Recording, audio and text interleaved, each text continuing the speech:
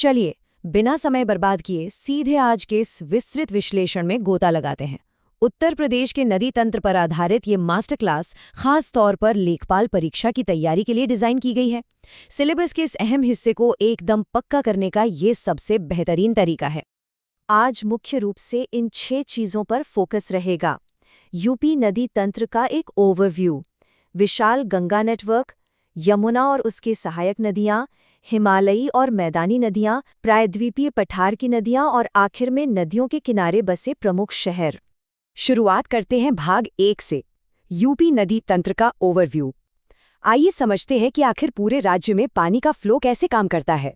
ध्यान दें, उद्गम या ओरिजिन के आधार पर यूपी की नदियों को 3 एकदम स्पष्ट हिस्सों में बांटा गया है: हिमालयी, मैदानी और प्रायद्वीपीय नदियां। अब यहाँ याद रखने वाली अहम बात यह है कि राज्य में नदियों का बहाव मुख्य रूप से उत्तर पश्चिम से दक्षिण पूर्व की तरफ एक समानांतर अपवाह तंत्र यानी पैरेलल ड्रेनेज सिस्टम में होता है। नदियों के इस जाल में आगे बढ़ने से पहले बहुउद्देशीय नदी घाटी परियोजनाओं को समझना बहुत जरूरी है। पिछले सालों के प्रश्नपत्रों यानी PYQs में इन प्रोजेक्ट्स का बार बार जिक्र आता है।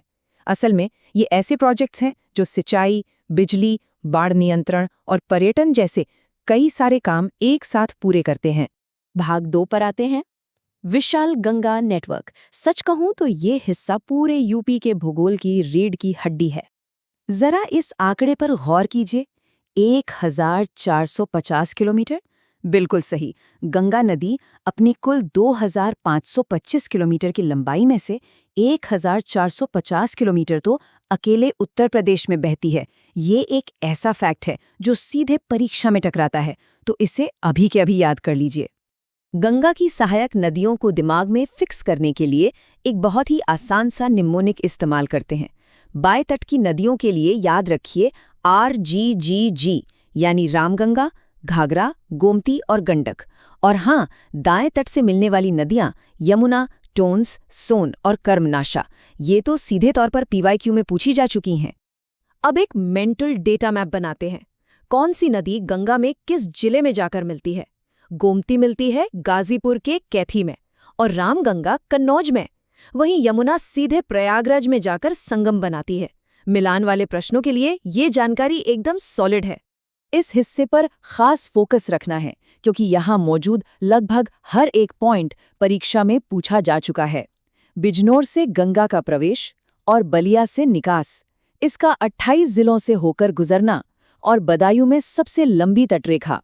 एक और गजब का फैक्ट, इसके पानी में बैक्टीरियोफेज होता है जो पानी को कभी खराब नहीं होने देता। ये सभी तथ्य परीक्षा के नजरिए से एकदम सोने के समान हैं। आगे बढ़ते हैं भाग 3 पर, यमुना नदी और उसकी सहायक नदियां। चलिए देखते हैं कि यह राज्य का दूसरा सबसे बड़ा नदी नेटवर्क कैसे तैयार करती है। यमुना के दाएं तट की सहायक नदियों को याद रखने के लिए बस एक सीक्वेंस रट लेना है, CSBK: चंबल, सिंध, बेतवा और केन। एक दुखद सच्चाई ये भी है कि दिल्ली से आगरा के बीच यमुना का हिस्सा इतना ज्यादा प्रदूषित है कि इसे जैविक आपदा तक घोषित किया जा चुका है। अब अपना दूसरा मेंटल मैप तैयार करते हैं। CSBK नदियों और हिंडन को यमुना के साथ उनके मिलने वाले सटीक जिलों से जोड़ते हैं। उदाहरण के लिए चंबल इटावा के पास पंचनदा में मिलती है और बेतवा हमीरपुर में। इसे एक मैप की तरह दिमाग में बिल्कुल छाप लेना है। भाग 4 में बात करेंगे हिमालयी और मैदानी नदियों की। देखते हैं कि ऊपर हिमालय और मध्य मैदानों से उतरने वाली बाकी अहम नदियां कौन सी हैं। कुमाऊं हिमालय से निकलने वाली शारदा नदी का नाम तो सुना ही होगा। इसे काली या गौरी गंगा भी कहते हैं। सबसे अहम बात यह है कि ये नदी यूपी और नेपाल के बीच एक बहुत ही महत्वपूर्ण प्राकृतिक सीमा बनाती है। यहाँ एक PYQ कनेक्शन याद रखना है। रामगंगा नदी के नाम पर ही मशहूर जिम कॉर्बेट नेशनल पार्क का नया नाम रामगंगा नेशनल पार्क रखा गया है। और दूसरी तरफ है राप्ती नदी, जिसे गोरखपुर का शोक कहा जाता है। ये दोनों ही तथ्य काफी बार पूछे गए हैं।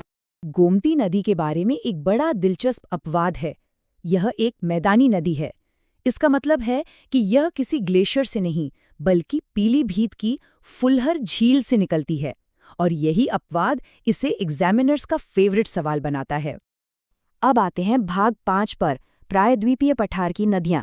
चलिए अपना फोकस थोड़ा दक्षिण की ओर, प्रायद्वीपीय पठार की उबड़-खाबड़ और तेज बहने वाली नदियों पर शिफ्ट करते हैं। बेतवा नदी पर बने बांधों को तो बिल्कुल कंठस्थ कर लेना है। परीक्षा, माता टीला, राजघाट और सुकमा डुकमा। एग्जाम्स में अक्सर इन बांधों का मिलान नदियों के साथ करने को आता है। इसके अलावा अपने खौफनाक बीहड़ों के लिए कुख्यात चंबल नदी पर बने राणा प्रताप और गांधी सागर बांध भी परीक्षा के लिए बेहद महत्वपूर्ण हैं। थोड़ा और पूर्व की ओर चलें तो आती है केन नदी, जो अपने बेहद खास शजर पत्थर के लिए दुनिया भर में मशहूर है। फिर आती है सोन नदी, जो अमरकंटक से निकलकर सीधे यूपी के सोनभद्र और मिर्जापुर जिलों से होते हुए अपना रास्ता तय करती है। अब ये 110 मीटर का आंकड़ा क्या है? दरअसल ये सीधे टोन्स नदी पर मौजूद बिहार जलप्रपात की ऊंचाई है। ये एक ऐसा सीधा और सटीक फैक्ट है जो एग्जाम्स में सीधे सीधे नंबर बढ़ा सकता है। आखिरी पड़ाव, भाग 6, नदियों के किनारे बसे प्रमुख शहर। इसमें हम राज्य के बड़े शहरों को उन नदियों के साथ मैप करेंगे जो उनका जीवन आधार हैं। प्रमुख ऐतिहासिक और औद्योगिक शहरों का नदियों से मिलान करना काफी स्कोरिंग होता है।